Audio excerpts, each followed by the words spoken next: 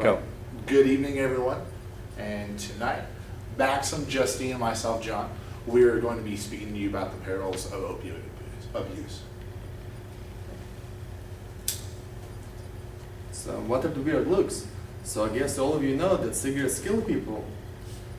But what if I here to tell you that either one of us can do something right now much worse and you won't even know about it?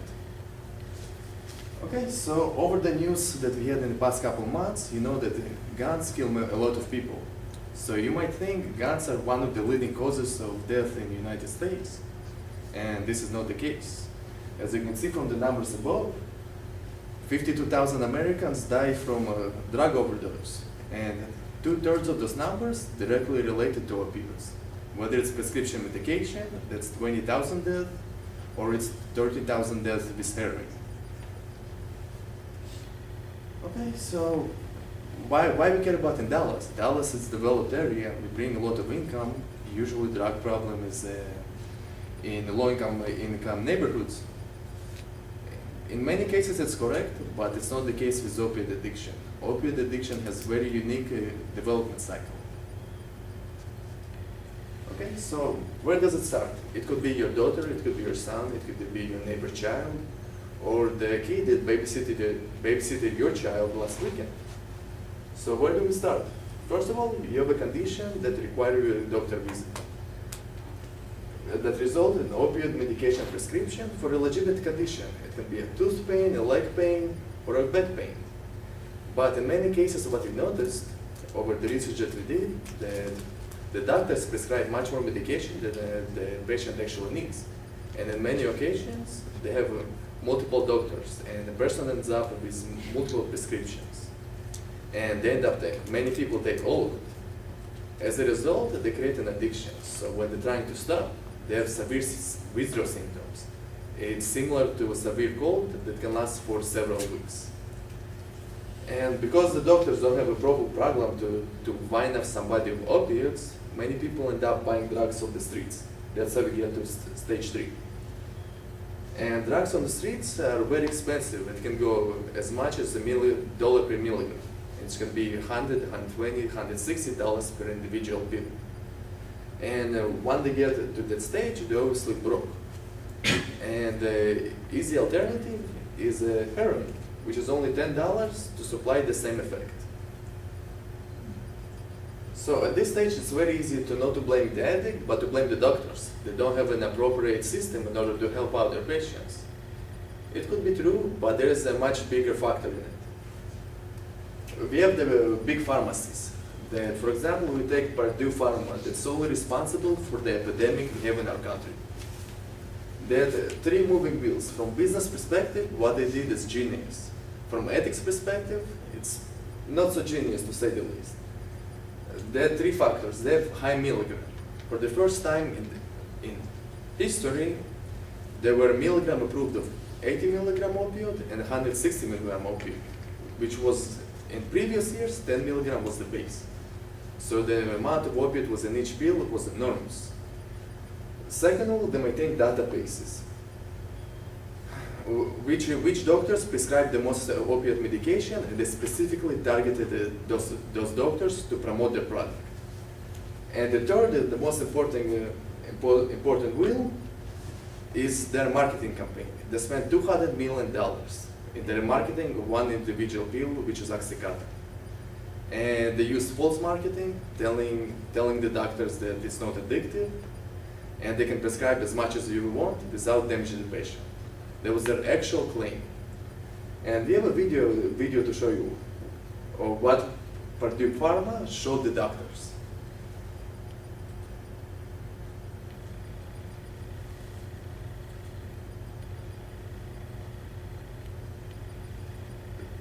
There's no question that our best, strongest pain medicines are the opioids, but these are the same drugs that have a reputation for causing addiction and other terrible things. Now, in fact, the rate of addiction amongst pain patients who are treated by doctors is much less than 1%. They don't wear out, they go on working, they do not have serious medical side effects, and so these drugs, which I repeat are our best, strongest pain medications, should be used much more than they are for patients in pain. is absolute lie, and that's what 200 million and 200 million in marketing budget gives them 30 billion in revenue over the past several years.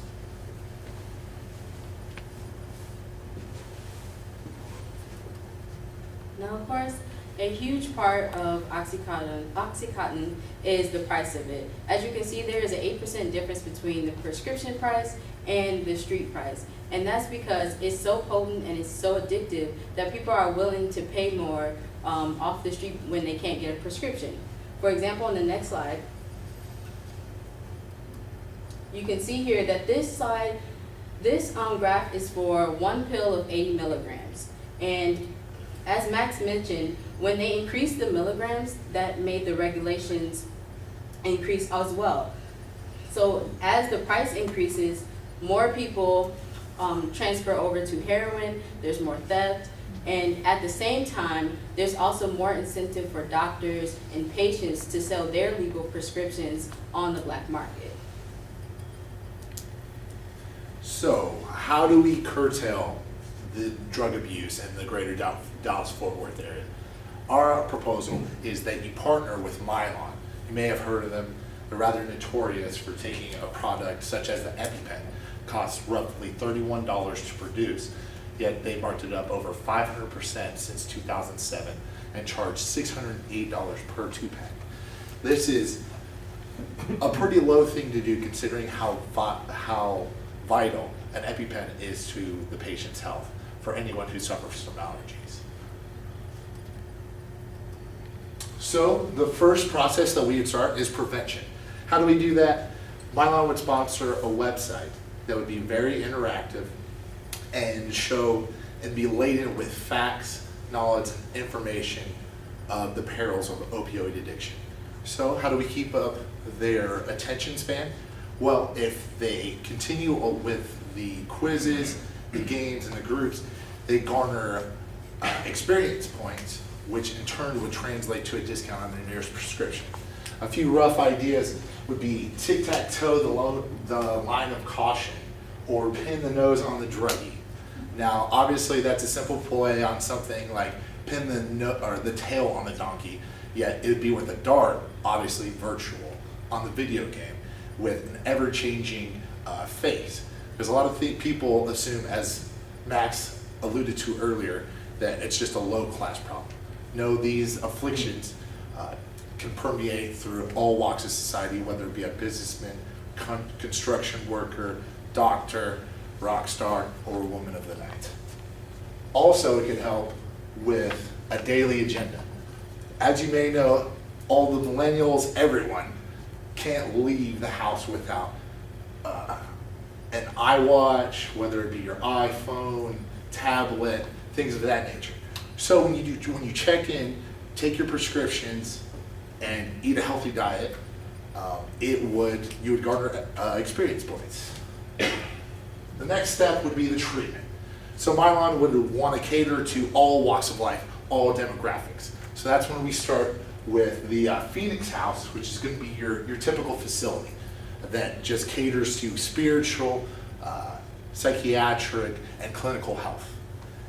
Another step up would be the Centacor Foundation.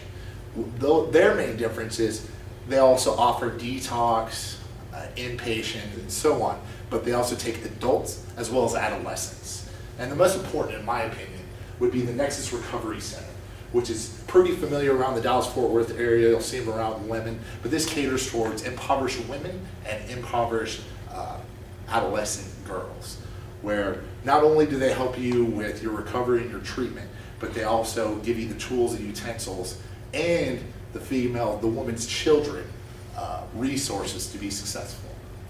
And last, obviously, is recovery. That's what we're all trying to get.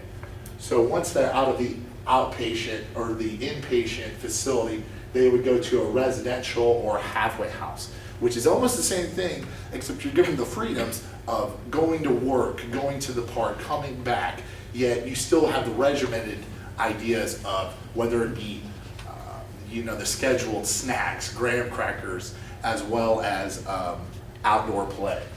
The outpatient would be you'd be completely severed from the facility, live in your own residence, yet it would still be regimented where you would go 5 to 6 to 7 times a week, depending on what they deem fit. Last but not least, you wouldn't have to be monitored so much with the outpatient, and you'd be left to your own devices because you've earned that. And you'd be left to doing things, whether it be Narcotics Anonymous, Alcoholics Anonymous, obviously both intertwined when it comes to opioid addiction. Now, of course, all of this is going to cost a little bit of money.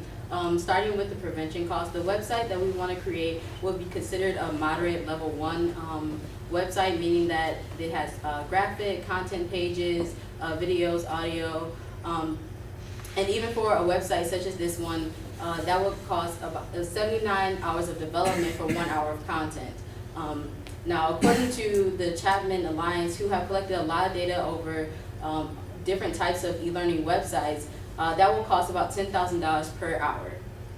And and for treatment, each facility that we've been partnering with, Syncor, Phoenix House, as well as the Nexus Recovery Center, they charge their own different fees for different services because they all offer a lot of different services.